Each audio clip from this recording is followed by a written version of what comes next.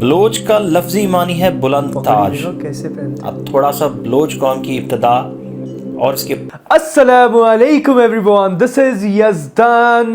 اگر آپ ہمارے چینل پہ نیو ہو تو آپ کو پتہ ہے کیا کرنا ہے، سبسکرائب کر لو بھائی، 1 ملین کرنا ہے ہمیں جلد سے جلد۔ ہمارے انسٹاگرام پہ بھی ہم نے 1 ملین کرنا ہے، آپ جلد سے جلد اس کو بھی فالو کر لیں۔ اگر آپ کو اسلامک شارٹس پسند ہے تو آج ہم ریاکشن دینے والے ہیں بہت زیادہ امپورٹنٹ ویڈیو کے اوپر۔ محسن ٹی وی چینل سے یہ ویڈیو ہے، اوریجنل لنک ہم نے ڈسکرپشن میں ڈال دیا ہے۔ بلوچستان کے بارے میں یہ ویڈیو ہے۔ جو بھی لوگ میرے بھائی بلوچستان سے دیکھ رہے ہیں، آپ سب کو سلام ہے۔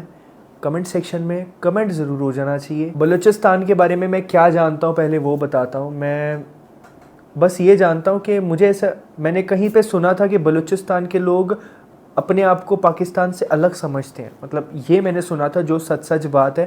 اور اس کے بعد وہاں پہ لوگ کافی پیارے ہوتے ہیں، مہمان نواز ہوتے ہیں، کھانا بہت اچھا ہوتا ہے اور کافی تگڑے بھی ہوتے ہیں۔ اور دوسری بات یہ کہ وہاں پہ پردے کا بہت اہتمام ہوتا ہے۔ تو یہ ویڈیو دیکھتے ہیں اور مزید جانتے ہیں۔ Let's start this video.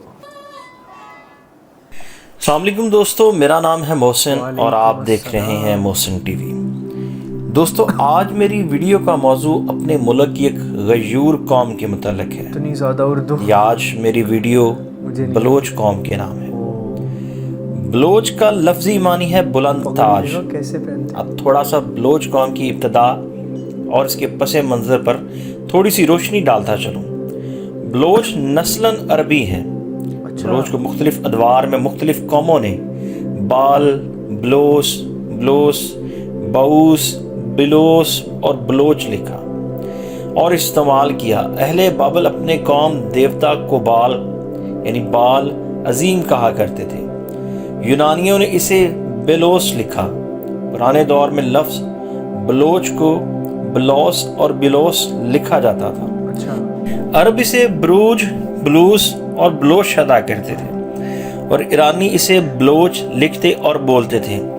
ہمارے ہاں لفظ بلوچ فارسی سے مشہور ہوا۔ بلوچ قوم کی ایک نظم سے بلوچ اپنی نسل حضرت حمزہ سے ملاتے ہیں۔ بلوچوں کی تاریخ حقیقت میں ان کے پہلے سردار میر جلال خان سے شروع ہوتی ہے۔ بلوچ قوم کے مطابق سردار میر جلال خان کا شجرہ حضرت حمزہ سے ملتا ہے، جو نبی پاک صلی اللہ علیہ وسلم کے چچا اور سید الشہداء تھے۔ حضرت حمزہ کی کنیت ابو امارہ، ابو یالا اور لقب سید الشہداء تھا۔ آپ کی 3 شادیاں ہوئیں۔ تاریخ میں آپ کے 6 بچوں کا ذکر ملتا ہے۔ آپ کا بیٹا عمار بن حمزہ جو قبیلہ خزرج کے سربراہ کیسل نجار کی بیٹی خولہ بنت قیس سے تھا۔ بلوچ اپنا شجرہ نسب اس سے ثابت کرتے ہیں۔ اچھا جی۔ امیر جلال خان کے 4 بیٹے تھے۔ ان سے قبائل کی تقسیم کا کام شروع ہوا۔ مثلا میر رند خان سے رند، میر لاشار خان سے لاشاری، میر ہود خان سے ہوتی اور میر کوری خان سے کورائی قوم اور جتومائی سے جتوئی بنے۔ بلوچ قوم کا ایک اور دعویٰ بھی ہے کہ اس نسل امیر حمزہ نے امام حسین کی کربلا میں بھی مدد کی، پر اس کی تاریخ بھی ایک نظم کے سوا کچھ بھی نہیں، اس لیے میں اس پہ کوئی دعویٰ نہیں کر سکتا۔ بلوچ کی اس نظم کے مطابق امام حسین کی شہادت کے بعد وہ بمبور یا بھمبور پہنچے اور وہاں سے سیستان اور مکران آئے۔ نظم کا ترجمہ کچھ یوں ہے کہ ہم امیر حمزہ کی اولاد ہیں، نصرت یزدی ہمارے ساتھ ہے، ہم حلب سے اٹھ کر آئے ہیں، یزید لعنتی سے لڑنے کے بعد کربلا اور بمبور کو پیچھے چھوڑتے ہوئے ہم نے سیستان کے شہر میں ڈیرے ڈالے ہیں۔ بلوچوں کا دعویٰ یہ بھی ہے کہ ہم نے نہ صرف امام حسین کا ساتھ دیا بلکہ رسول خدا سرور کائنات حضرت محمد صلی اللہ علیہ وآلہ وسلم صاحب اللہ کا ساتھ بھی دیا۔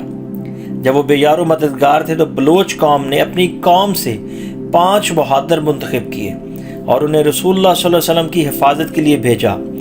اس بات کا بھی پتہ بلوچی کی اس نظم سے لگتا ہے، جس کا ترجمہ کچھ اس طرح سے ہے۔ 5 بہادر رسول اللہ صلی اللہ علیہ وسلم کی خدمت میں کھڑے تھے۔ جب خدا کے دوست نماز پڑھتے تو وہ پہرا دیا کرتے تھے۔ جب کفار کے ساتھ لڑائی چھڑی، کفار کا لشکر بے شمار تھا، تیر اولوں کی طرح برسے اور زمین سے دھواں اٹھنے لگا۔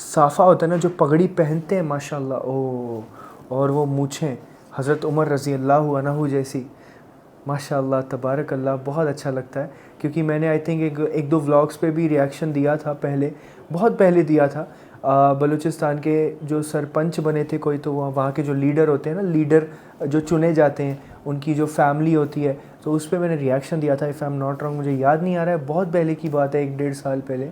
تو ماشاء اللہ مجھے بہت اچھا لگا تھا وہ ویڈیو. آپ بتائیے کمنٹ سیکشن میں آپ کو یہ ویڈیو کیسا لگا. بہت زیادہ اردو بولا انہوں نے، ٹھیک ہے، اتنی زیادہ اردو مجھے نہیں آتی ہے، بٹ کوشش کر رہا ہوں سیکھنے کی. تو چلیے ملتے ہیں، آج کے ویڈیو کو یہیں اینڈ کرتے ہیں، ملتے ہیں اگلے ویڈیو میں. جزاک اللہ خیر، السلام علیکم، فی امان اللہ.